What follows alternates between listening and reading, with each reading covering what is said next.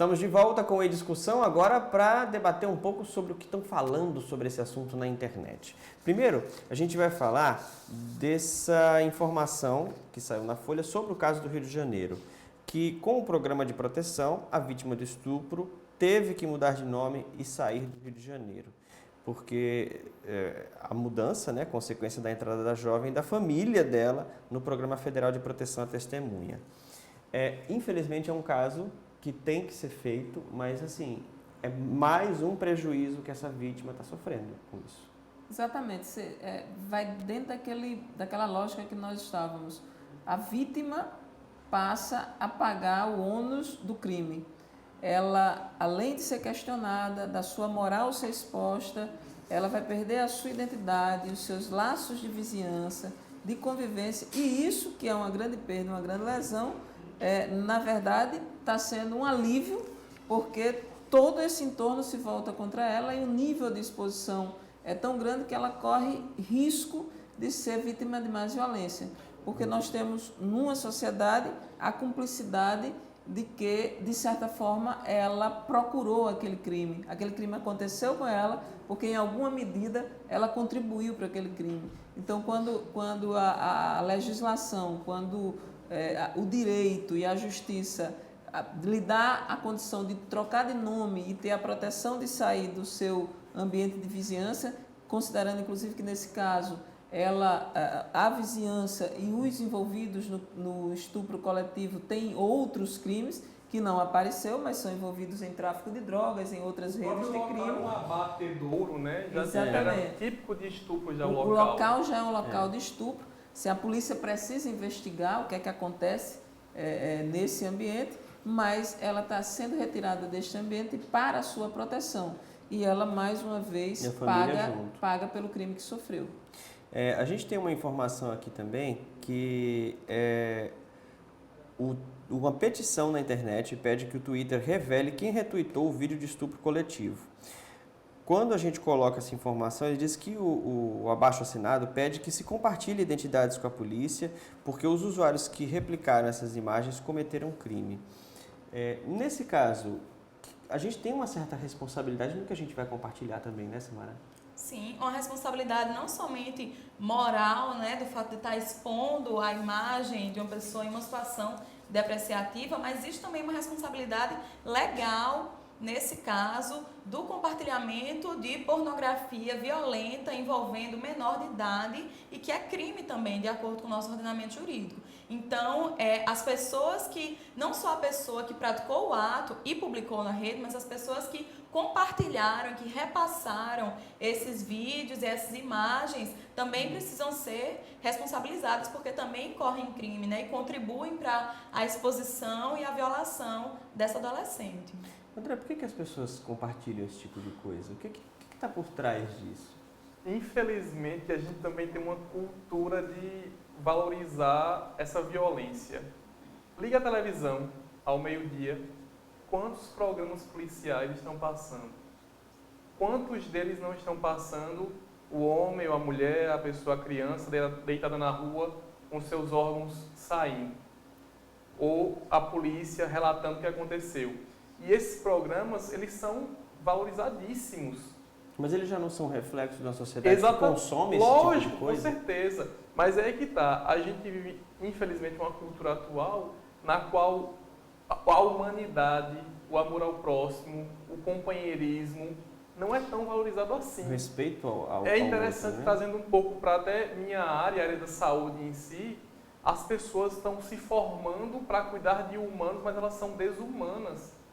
Porque a criação, e aí eu volto porque eu falo sobre educação, a criação e a educação em casa e na escola está sendo cada vez mais deficitária. Não está formando seres humanos capazes de interagir de forma saudável e equilibrada com o outro. Mas olha, eu queria até refletir um pouco sobre isso, porque eu acho que, de certa forma, esse caso que terminou sendo emblemático, que alcançou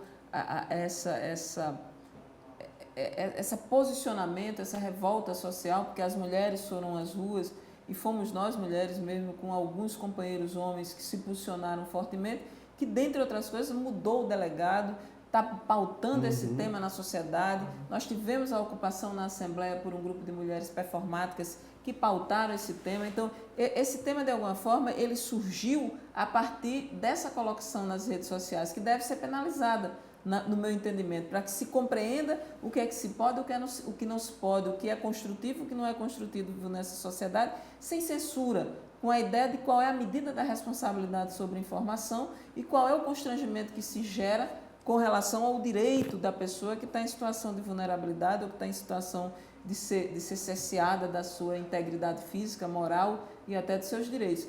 Porém, nós tivemos na nossa sociedade uma contraposição muito forte, porque esse fato não é isolado. O que aconteceu com essa jovem vinha acontecendo com outras jovens. O abatedouro que está lá é lugar de fazer isso. Nós precisávamos conhecer essa história para que a sociedade reflita sobre o que está acontecendo como clandestinamente. Todas as coisas que aconteceram já estavam lá, agora surgiram e emergiram de uma maneira muito forte.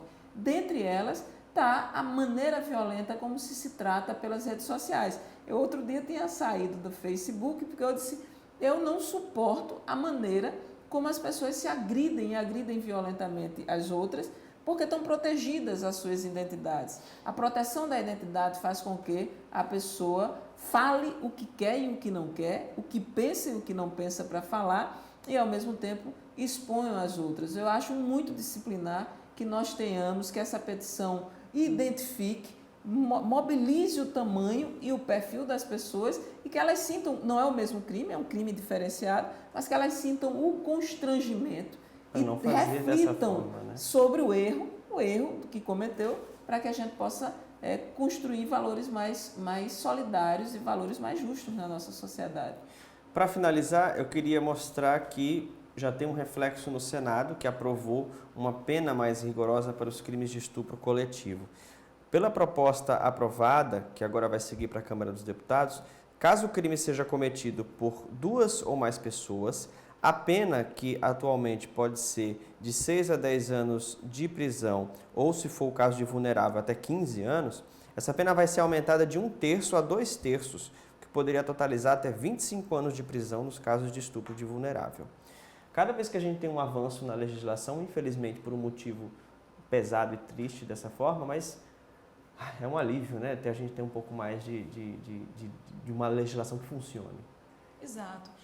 No entanto, a gente precisa ter atenção, né, para os crimes relacionados ao gênero como uma política de Estado, né? Não somente voltar essa atenção quando existe um caso emblemático como esse, né, que chama a nossa atenção, porque como a deputada Estela colocava, esses casos já vinham ocorrendo há muito tempo, são casos que acontecem em todo o país, né? A gente teve o caso do estupro coletivo aqui na Paraíba, na cidade de Queimadas, tivemos o caso do estupro coletivo na cidade de Castelo do Piauí, também envolvendo adolescentes. Então, são casos já bastante recorrentes, mas que nesse caso chamou a atenção. No entanto, é uma medida interessante, né, que o Poder Legislativo volte sua atenção para isso, que pense uma política voltada para esses casos também, mas nesse momento a gente tem visto também aparecer algumas ideias, por exemplo, como de castração química de estupradores, ou algumas medidas como essa, que não incidem de fato na prevenção ao crime. Só depois que aconteceu. Depois que aconteceu. E que não impedem que o criminoso seja reincidente, né? Pela própria noção que a nova legislação traz do que é estupro. O estupro ele não precisa mais ser, de fato, a penetração do pênis na vagina, mas o estupro ele pode ser feito com as mãos, com objetos, enfim, de diversas formas. Então, um projeto como esse não alcançaria eficácia, né? E, em contrapartida, a gente vive um momento de retirada, né, dos planos de educação, das discussões sobre gênero, de que essas discussões vêm até sendo criminalizadas, né, que são projetos que se pautam na educação e na prevenção e que poderiam ter uma atuação mais eficaz frente a esse tipo de crime, né? Então, é importante a gente pensar na punição, mas não só isso, né? Porque o que pode, de fato, evitar de maneira muito mais eficaz que esses crimes tornem a acontecer, de fato, a atuação, o foco na prevenção, né? E no suporte às vítimas também. A gente está chegando ao fim, queria agradecer a vocês. Estela, obrigado. Alguma consideração? Eu agradeço, vocês estão dando parabéns pelo programa, vocês estão dando uma contribuição para essa reflexão. Dá uma sugestão, acho que tem 2 filmes interessantes, um que fala sobre a fundação do nosso país e como as mulheres chegaram, que chama Desmundo, que fala sobre a entrada das mulheres brancas na civilização brasileira como nós conhecemos hoje, e na Constituição da Nação Brasileira como nós conhecemos hoje, e também um filme recente, acho que ele é iraniano, que fala das 5 graças, que conta um pouco sobre a moralidade, né, sobre o comportamento das mulheres e sobre a sexualidade feminina, que eu acho que esse é um assunto muito forte, muito importante no momento, e ainda dizer para alguns legisladores, inclusive da Paraíba, que fizemos um grande serviço, os que votaram pela retirada da diversidade de gênero estão contribuindo para o fortalecimento da cultura do estupro e da cultura da violência contra as mulheres. A gente espera que esse debate volte a acontecer nas câmaras, nas assembleias pelo Brasil afora, para a gente poder mudar um pouco essa situação. Obrigado, Samara. Obrigada também. Isso. Em nome da Secretaria de Estado da Mulher e da Diversidade Humana, da secretária Gilberta Soares e do governador Ricardo Coutinho, agradeço o convite, né? É um tema que precisa estar em evidência, né? Que precisa ser de constante debate na nossa sociedade, que a gente possa enfrentar de maneira efetiva todas as formas de violência contra a mulher. André Memória, obrigado. E você também tem trabalhos aí na internet também? Com certeza. O recado principal que eu quero passar é: se a gente educar os meninos e meninas, não precisaremos punir as mulheres e os homens. Então, pais, professores, tratem desse assunto em casa. Qual é o empoderamento a menina tem? Qual o menino tem? Como é que funciona a parte sexual? Se não entende, não sabe como falar, busca alguém. Não deixe isso passar. Tratar de sexualidade em qualquer idade é muito relevante e não vai estimular nenhuma criança ou adolescente a fazer. Vai, pelo contrário, estimulá-lo a ter uma vida sexual saudável e, consequentemente, respeitar homem, mulher, criança, adolescente, não importa o gênero. Esse é o meu recado final.